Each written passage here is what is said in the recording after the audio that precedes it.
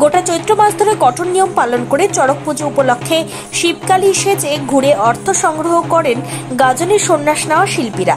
চৈত্র সংক্রান্তিতে বিভিন্ন এলাকায় অনুষ্ঠিত হয় চড়ক উৎসব। এক মাস নিরামিষ ভোজন করে নিয়ম নিষ্ঠার সঙ্গে সংযম পালন করেন শিব ভক্তরা। আর চৈত্র মাসের শেষ দিন শনিবার সন্ধ্যায় বিভিন্ন এলাকায় অনুষ্ঠিত হতে চলেছে চড়ক উৎসব। সেখানে পিঠে বড়শি গেঁথে গাজন সন্ন্যাসীরা চড়ক গাছে ঘুরবেন। তারই একটি দিন হিসেবে আজ সকালে মালদা শহরের বিধানচন্দ্র রোড এলাকায় দেখা গেল এক শিবকালী নৃত্য করে অর্থ সংগ্রহ করার দৃশ্য।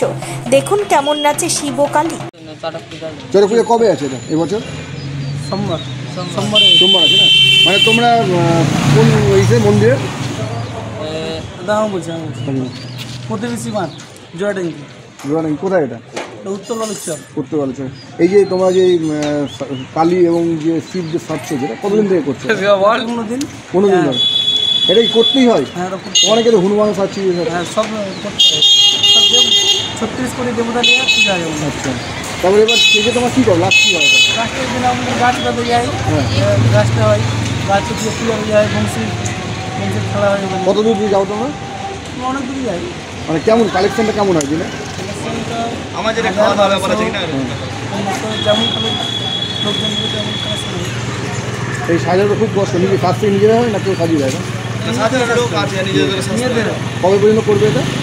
সোমবার করে সোমবার? হ্যাঁ, 15 তারিখে শেষ। 15 তারিখে শেষ। কী নাম তোমার? ছোট্ট দাস। কালী শিবের নাম কি?